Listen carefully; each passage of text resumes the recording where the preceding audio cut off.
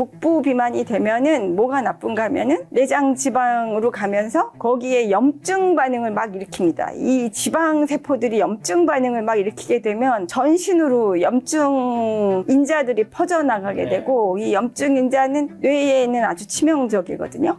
복부 비만은 정말 저희가 신경 쓰고 관리해야 될 부분이라고 생각이 듭니다. 장내 미생물이 이제 치매 발병에 영향을 미친다는 얘기 해주셨는데, 그럼 장 건강이 뇌에도 영향을 미친다는 거잖아요. 네. 그걸 위해서 뭘 어떻게 해야 한다는 걸까요? 뭐 그냥 좋은 식단을 먹어서 장을 건강히 만들어야 한다는 의미인 걸까요? 히포크라테스가 기원전 400년에 모든 질병은 장에서 온다 이렇게 얘기를 했어요. 저는 이제 신경과학을 공부할 때 그 얘기를 봤는데 어머 말도 안 돼 막 이렇게 생각을 했는데 연구를 하면 할수록 그게 이제 그 동의가 되고 이제 제가 요새 꽂혀서 연구하고 있는 부분이기도 한데요. 장하고 뇌는 직접 연결이 많이 돼 있어요. 미주신경이란 걸로 직접 연결이 돼서 장에 있는 물질이 직접 뇌로 들어갑니다.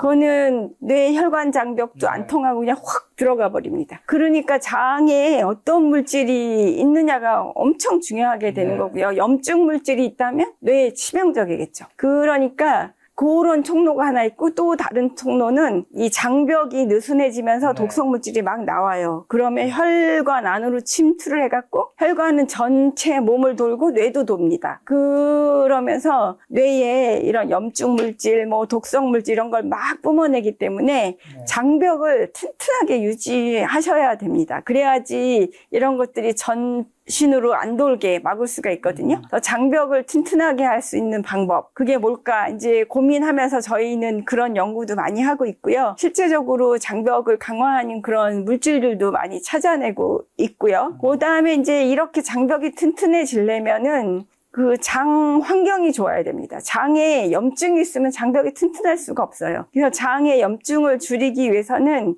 이제 장내 세균이 유익균이 많아야 되고, 이 유익균이 많으려면 아까 말씀드린 것처럼 유익균이 좋아하는 먹이인 야채를 많이 드셔야 됩니다. 그래서 야채를 그렇게 많이 못 드시는 분들도 계시잖아요. 맞아요. 뭐 식단도 그렇고 환경도 그렇고. 그럴 때는 그 섬유소를 이렇게 만들어서 환으로도 팔고요. 그런 섬유소 물질들을 파는 것들이 있습니다. 그래서 이제 그런 거를 그 신선한 야채로 안 되신다면 그런 거라도 또 드셔야 될 것 같고, 그 다음에 요새는 프로바이오틱스가 있지만 프리바이오틱스라는 것도 있습니다. 그거는 프로바이오틱스가 세균총이라고 하면은 프리바이오틱스는 세균총의 먹이입니다. 그래서 두 개를 같이 먹으시는 것도 뭐 좋을 것 같다는 생각이 듭니다. 야채 얘기해 주셨는데 과일은 얘기 안 하신 게, 과일은 당이라든가 이런 것 때문에 좀 적절히 먹어야 한다는 의미로 얘기 안 하신 걸까요?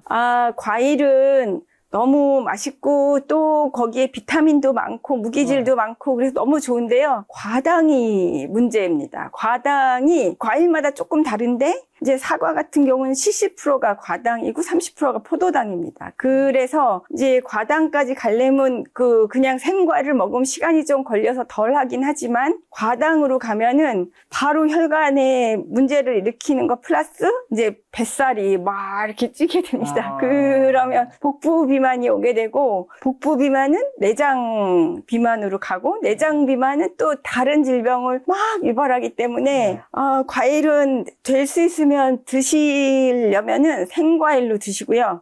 주스 안 되고요. 과즙은 더더군다나 안 좋습니다. 그래서 생과일로 드시면 씹는 동안 이제 껍질과 같이 시간이 이렇게 소요되면서 섬유질이 잘 전달이 되고 뭐 무기질 그 다른 영양소들도 잘 가게 되는데, 과즙으로 되면은 그거 다 빼놓고 과당하고 포도당이 쫙 들어가는 거라서 그거는 정말로 별로 권하고 싶지 않습니다. 방금 말씀하신 복부 비만이 치매를 불러올 수도 있다는데 이건 정말인가요?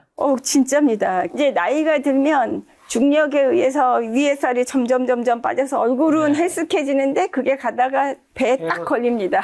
그래서 이제 복부 비만이 막 되는데요. 이 복부 비만이 내장 비만을 바로 관여한다고 생각하실 정도로 중년기의 복부 비만은 치명적입니다. 그래서 복부 비만이 되면은 뭐가 나쁜가 하면은 내장 지방으로 가면서 거기에 염증 반응을 막 일으킵니다. 이 지방 세포들이 염증 반응을 막 일으키게 되면 아까 말씀드린 것처럼 전신으로 염증 인자들이 퍼져나가게 되고 이 염증 인자는 다른 데도 문제를 많이 일으키지만 뇌에는 아주 치명적이거든요. 그래서 이것들이 이제 신경세포를 죽일 수 있기 때문에 복부 비만은 정말 저희가 신경 쓰고 관리해야 될 부분이라고 생각이 듭니다. 그것도 약물이 아닌 게임이나 앱으로 치매를 치료하는 디지털 치료제가 새로운 희망으로 떠오르고 있다고 하는데 디지털 치료제의 원리는 뭐고 그 효과는 어느 정도인가요? 네, 과거에 90년대 혹시 생각나시는지 모르겠는데 저 때는 그 MC 스퀘어라고 이렇게 끼고 잠깐 공부 잘 된다고 공부할 때 예, 해갖고 막 정말 선풍적인 인기가 있었습니다. 이게 뇌에 자극을 하는 이거는 이제 궁금한 거는 이건 정말 효과가 있었나요? 저희 써봤거든요.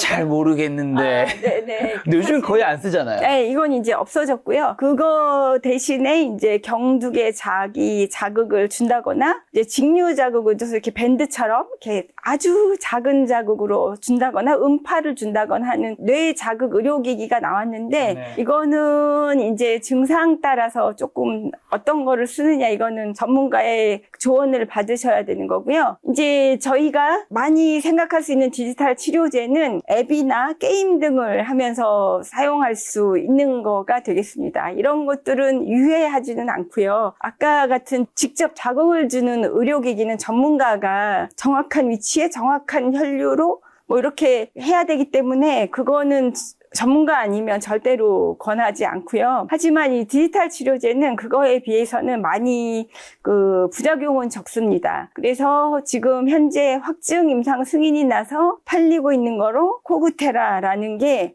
최초로 경도인지 장애 환자의 치료에 활용될 수 있다 해갖고 이게 올해 승인을 받았습니다. 이게 이제 처음으로 우리나라에서는 치매 관련 디지털 치료제고요. 그 다음에 슈퍼브레인이라는 게 있는데 이거는 제가 아까 말씀드린 핑거 프로그램 있잖아요. 그 핑거 프로그램의 한국판이라고 생각하시면 됩니다. 이거를 이제 혼자 하려면 잘 안 되잖아요. 그러니까 이 프로그램을 사용해갖고 하게 만드는 겁니다. 그래갖고 만약에 그 5가지를 안 했다 그럼 저녁 때 문자가 온다거나 시그널이 온다거나 하면서 오늘 이거 안 하셨는데 하셔야죠 뭐 이렇게 하고 지금 당신 몇 프로 했습니다 이런 거를 계속 알려주면서 이런 프로그램을 하게 유도를 하는 거라서요. 요것도 지금 확증 임상 승인을 받은 거고요. 이거 이외에도 알츠가이라고 경도인지 장애를 이제 선별하고 또 개선할 수 있는 것도 있고요. 그 메모리라고 단기 자극이나 장기 기억을 이렇게 회상할 수 있게 해주는 것들이 있어서 이런 것들이 직접적인 치료는 되지 않습니다. 원인 물질을 제거하거나 뭐 이런 건 아니지만 원인 치료제하고 같이 쓴다면 훨씬 효과를 높일 수 있는 그런 보조 치료라고 생각이 듭니다. 그래서 이렇게 위험하지 않고 보조 치료제로 그 약물의 효과를 많이 늘릴 수 있기 때문에 적극적으로 활용하시는 거를 저는 권해드리는데요. 제가 이제 몇 가지를 해봤습니다. 해봤는데 이제 제 경우는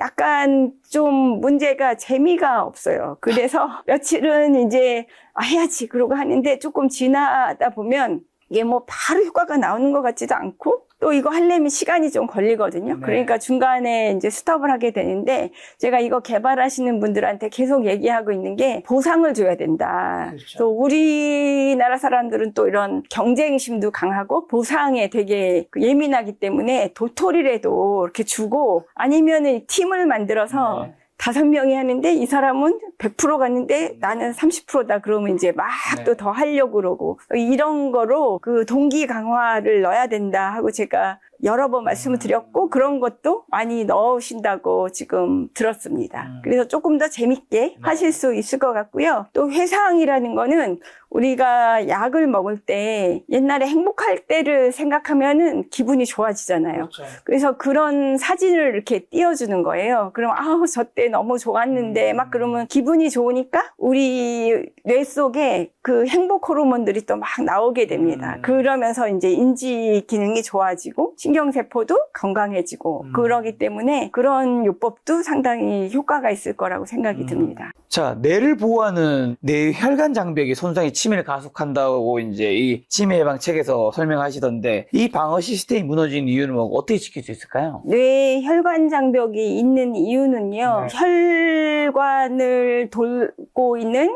혈액이 있는데 혈액 안에는 물론 좋은 것들도 많지만 나쁜 독성 물질이나 아니면은 그 활성탄소나 엄청나게 많은 것들이 있습니다. 근데 다른 장기보다 뇌는 특별히 보호해야 될 장기이기 때문에 그게 더 단단하게 뇌를 감싸고 있습니다. 그래서 뇌 안에는 좀 보호막이 있다 이렇게 생각하시면 되는데요. 이 보통 때는 이 뇌혈관 장벽이 아주 단단하게 되어 있어서 이런 나쁜 물질들이 들어갈 틈이 없습니다. 그런데 이제 나이가 들면서 이제 여러 가지 이유로 뭐 흡연, 음주, 뭐 여러 가지 이유로 혈관 장벽이 조금씩 느슨하게 되고요. 이것도 노화의 하나의 그 이유 중에 하나가 되는데 이렇게 느슨하게 되고 이게 느슨하게 되다가 이제 어느 인계점을 넘으면 혈액 안에 있는 독성물질이나 염증물질들이 뇌 안으로 들어가게 됩니다. 그렇게 되면은 점점 뇌는 그런 물질들을 소화해낼 수 있는 능력이 이제 한계가 있거든요. 그러니까 스스로 자정작용으로 겨우겨우 이렇게 소화하고 있었는데 외부에서 왕창 물질들이 들어오면 그거를 소화할 수가 없어서 결국은 이제 신경세포의 사멸로 가게 된 이런 악순환을 거치게 되는데요. 이 뇌혈관 장벽이 이런 느슨하게 되면 이런 문제가 있는 것도 있지만 또 뇌혈관 장벽에 있어서 또 문제가 되는 게 있는데 우리가 많은 치료제를 개발하고 있는데 치료제도 이물질이잖아요. 그러니까 뇌혈관 장벽이 이 치료제를 안 들여보냅니다. 그래갖고 치료제를 전달하는 것도 되게 문제가 많아요. 그래서 이 뇌혈관 장벽을 살짝 열게 초음파로 자극을 준다거나 하고 살짝 열어서 이제 치료제만 싹 넣고 다시 닫고 뭐 이런 방법들도 많이 개발이 되고 있는데 그거의 문제는 살짝 열었을 때 약만 들어가면 좋은데 또 나쁜 독성 물질도 막 같이 들어가고 그래서 그 상당히 이 연구는 되어져야 되고 이제 진행되고 있는데 뇌혈관 장벽이 그만큼 중요하다 하는 말씀을 드리고 싶습니다. 그리고 또 흔히 단순한 건망증과 초기 치매로 혼동하는데 일상생활에서 이건 단순한 건망증이 아니라 위험 신호다, 초기 치매라고 판단할 수 있는 결정적 차이나 간단한 방법은요? 그런 질문들 많이 하셔서 네. 제가 슬라이드를 가지고 와봤는데 이제 건망증과 치매를 구분하는 방법이라고 제가 가지고는 왔는데 사실 요즘은 건망증이라는 말을 거의 안 씁니다. 요즘은 이제 경도인지장애, 그 앞에 주관적 인지장애 이렇게 해갖고 주관적 인지장애가 아마 건망증, 예전으로 치면 건망증이라고 생각이 드는데요. 이제 멀쩡한데 나는 치매인가 봐 막 이렇게 생각하시는 분들 있잖아요. 이게 예전으로 치면 나 건망증인데 치매인가 봐 막 이렇게 말씀하시는 분들일 것 같습니다. 그래서 이제 건망증의 경우는 경험한 것의 일부를 잊어버린다, 일상생활에 지장이 없다, 잊어버린 사실을 스스로 안다. 이거는 뇌의 자연적인 노화 현상이지 뭐 질병이 아니다 이렇게 생각하시면 되고요. 건망증에 비해서 치매는 그 사실 자체를 기억을 못하는 거예요. 그러니까 경험한 것을 전체를 잃어버리고 일상생활에 이제 지장을 받고 판단력도 저하가 되고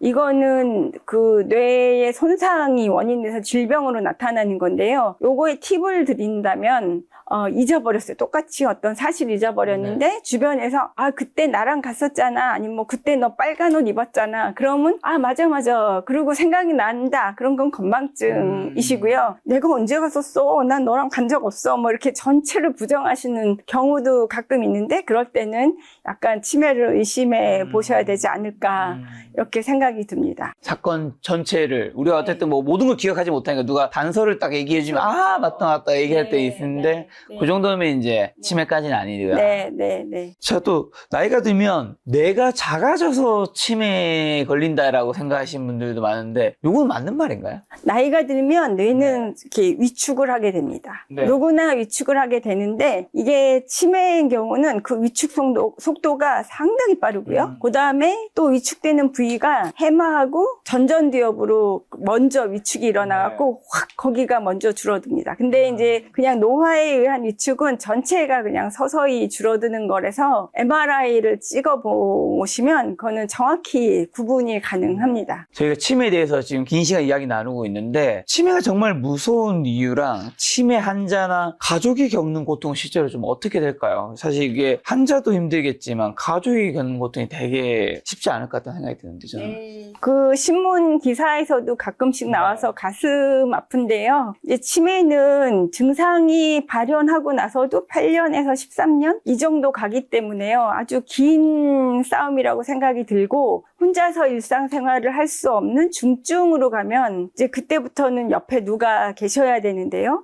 옆에 누가 계시는 게 이제 자식분들이 계시려면 보통 그 직장 생활을 하시잖아요. 그런데 직장 생활을 그만두고 하시게 되면 또 생활이 안 되고 막 이렇게 돼서 나라에서 이제 여러 프로그램 같은 게 있습니다. 그래서 뭐 하루에 4시간 그 유치원 같이 모셔다 드리고 해서 그 시간을 조금 그러니까 일을 하시게 한다거나 하는 이런 프로그램이 있는데 이것도 누가 보내드리고 받아야 되고 뭐 이런 또 문제가 있어서 그 다음에는 요양보호사가 오시는데 그분의 간병비를 일부 대드립니다. 그러면 이제 집에서 그분들이 이렇게 대신 케어를 해주시는데 이것도 전액이 안 되고 어느 일부만 되기 때문에 그 나머지를 또 되는 것도 그 보호자의 부담으로 되고요. 이게 힘들면 이제 본인이 직접 직장을 그만두고 옆에서 모시게 되는데 경제적인 것도 어마어마하고요. 이게 보통 1년에 드는 비용이 3천만 원에서 5천만 원입니다. 네. 그러면 이게 보통 그 중산층이 감당할 수 있는 거를 넘어서고 있거든요. 그래서 너무 힘들고 이게 뭐 금세 끝나는 게 아니에요. 10년을 가야 되니까 너무 암담하다고 생각이 들고 또 우울증과 또 이렇게 화를 잘 내세요. 치매이신 분들이. 옆에서 그러니까 요양보호사는 이제 그렇게 훈련을 받았기 때문에 좀 잘 받아주시지만 자식 같은 경우는 더 그게 힘듭니다. 견디기가. 그래서 너무나 힘든 시간이 이렇게 돼서 그 보호자들이 우울증을 호소하시는 경우가 너무너무 많아요. 그래서 보호자를 위한 그런 그 프로그램도 나라에서 따로 운영을 하고 있고요. 그래서 정말로 이런 그 나쁜 길로 가는 거를 좀 앞단에서 막아보자 하는 게 저희가 노력하고 있는 연구자들의 몫이라고 생각이 듭니다. 그럼 그런 무서운 치매에 안 걸리기 위해서 생애 주기별로 치매 위험 요인을 좀 조절하는 방법을 청소년기도 있고 뭐 중년기, 노년기도 있지만 유청소년기는 사실은 정말 뭐 걱정 특별히는 안 하실 거고 이례적인 경우니까 그거 빼고 뭐 중년기, 노년기에 좀 어떤 요인들 좀 조절해야 될까요? 네네. 아까도 말씀을 살짝 드리긴 했는데요. 일단은 그 위험인자 관리는 확실히 하셔야 됩니다. 이제 나라에서도 2년에 한 번씩 건강검진 해주시잖아요. 그거 열심히 받으시고 그 혈액인자 관리들을 하셔야 돼요. 콜레스테롤, 당뇨, 고혈압, 비만 이거는 꼭 관리를 하셔야 되고요. 이것만 관리가 돼도 그래도 상당 부분 많이 관리가 된다 이렇게 생각하시면 되겠습니다. 지금 여기 나와 있는 14가지만 관리를 잘해도 된다는 거죠? 네, 거기 플러스 수면을 얘기하고 싶습니다. 네. 예. 자, 그리고 네덜란드 호그백 같은 치매 마을 이야기가 좀 인상 깊던데 치매 환자도 존엄성을 지키며 살아갈 수 있는 사회를 만들기 위해서 우리에게 가장 좀 시급한 과제는 뭘까요? 전 세계적으로 치매 마을이 그래도 꽤 있습니다. 네덜란드 호그백이 제일 이렇게 많이 알려진 치매 마을이긴 한데요. 거기서는 저도 가봤는데 그 치매 환자하고 그 훈련을 받은 정상인하고 같이 사는 거예요. 그래서 이제 치매 환자 집이 따로 있고 그 환자들이 필요한 물건을 마켓 가서 사오고 요리도 하고 뭐 그 일상생활을 다 하고요. 가족들은 다른 데서 삽니다. 다른 그 바로 앞에 근처에 살아갖고 아침에 글로 출근을 하고요. 그래서 가족들하고 같이 이제 생활을 하면서 하게 되면은 이 치매 환자가 고립감도 없고 자기의 자신감도 늘어나고요. 상당히 나빠지는 시기가 점점 늦어진다고 그러더라고요. 그래서 이런 공동체 생활이 상당히 중요한 것 같고, 우리나라에서도 치매 그런 마을은 아닌데 제주도에 이런 공동체 생활 하시는 곳이 있더라고요. 근데 가서 보면은 아침이면 같이 노인들이 모여서 뭐 그림도 그리고 수도 놓고 뭐 이런 거 막 하시고 운동도 같이 하시고 그러는데 거기 치매 발생률이 상당히 적습니다. 그래서 저는 이런 공동체 마을을 좀 이렇게 지금 지방 소멸 이런 얘기 많이 나오는데 그런데 좀 나라에서 해 주시면 안 되나? 이제 그런 바람이 많이 있고요. 근데 우리나라에도 치매 안심 마을이라고 180개나 지정이 되어 있어요. 근데 그거는 제가 책에 소개해드린 그런 치매 마을하고는 상당히 결이 다릅니다. 치매 안심마을은 우리나라에서는 그 기피하는 마을이 됩니다. 왜냐하면 거기 치매 안심마을로 지정을 하기 위해서 여러 가지 조건이 있는데 노인이 몇 프로 이상이어야 되고 치매 환자가 몇 프로 이상이어야 되고 뭐 이런 지정 사항들이 있으니까 거긴 정말 노인이 집중되고 치매 환자가 많고 막 이렇게 인식이 되다 보니까 그 오히려 그 기피하는 그런 마을이 됐는데요. 이런 거보다는 정상인과 함께 생활할 수 있는 그런 공동체 생활이 저는 너무 좋을 것 같습니다. 우리나라에도 좀 그런 것들이 좀 필요하다. 저 오늘 긴 시간 교수님과 치매 예방에 대한 이야기 나누는데 마지막 정리하는 걸로 우리 어쨌든 이 치매랑 또 뇌랑 관련된 거니까요. 뇌를 망치는 최악의 습관은 뭔지랑 그리고 교수님은 치매 예방을 위해서 매일 실천하는 생활 습관이나 방법이 있다면요. 네, 뇌를 망치는 최악의 습관은 움직이지 않고 껌껌한 데서 과자 막 먹으면서 TV 보는 거라고 생각이 듭니다. 그거는 우리 스트레스 해소에 제일 좋은데. 아, 그런가요? 근데 그거는 움직이지 않죠? 사회적으로 고립되죠? 그 다음에 이 몸에 나쁜 인자들이 너무 많이 들어가죠? 그래서 그것도 햇빛도 되게 중요하거든요. 수면을 관리할 때. 그래서 그게 가장 나쁜 최악의 습관이라고 생각이 들고요. 저는 특별히 하고 있는 건 없지만 제가 장뇌축 연구를 하다 보니까 이제 야채를 많이 먹으려고 노력을 하고요. 그 다음에 될 수 있으면 이제 그 잘 자야 되니까 햇빛 있을 때 걸으려고 노력을 하고 있습니다. 그래서 지하철 많이 타고 이제 지하철 타고 그 이동을 하려면은 걸을 수밖에 없잖아요. 그래서 많이 걸으려고 노력하고 있고 제 직업상 글은 많이 보고 있어서요. 예, 그 정도 하고 있습니다. 네. 직접 산책이라든가 뭐 네. 걷는 것들, 네. 그다음에 야채, 네. 그다음에 잠을 충분히 주무시고, 그다음에 인지 자극을 네. 직업 특성상 네. 이게 많이 하고 계셔서 그런 노력을 하고 계신데 지금 사회적 고립이라는 얘기가 나와서 한 가지 그냥 추가로 여쭤보고 싶은 게 이렇게 사회생활을 하다 보면 직장생활을 하다 보면 거기서 받는 인간관계 스트레스가 엄청나잖아요. 그렇죠. 그래서 사람들이 주말에는 그냥 혼자 있고 싶어하고 뭐 넷플릭스나 그런 거 맥주 한잔 마시면서 그냥 혼자 뭐 먹방 같은 거 보면서 그냥 혼자 밥 먹기도 하고 뭔가 그 사회적으로 받는 그런 관계 스트레스 때문에 혼자 있는 시간을 즐기는 사람들이 많아졌다고 생각하거든요. 네, 근데 또 맞습니다. 반대편에는 혼자 있는 시간이 너무 늘어나면 사회적 고립으로 인한 이제 우울증 있는 아니면 알츠하이머든 이런 병들이 있을 수 있는데 이런 것들을 좀 어떻게 어느 양쪽 다 장단점이 있는 거잖아요. 그렇죠. 어떻게 해야 될까 이거를? 예, 그래서 그 사람 간에 받는 스트레스는 어쩔 수가 없어요. 그러니까요. 다 성격이 다르고 뭐 이러기 때문에 어쩔 내 맘 수가 같지 없어서 않으니까요. 맞아요. 그래서 제가 여기 초기에 말씀드렸듯이 긍정적인 생각이 참 중요한 것 같습니다.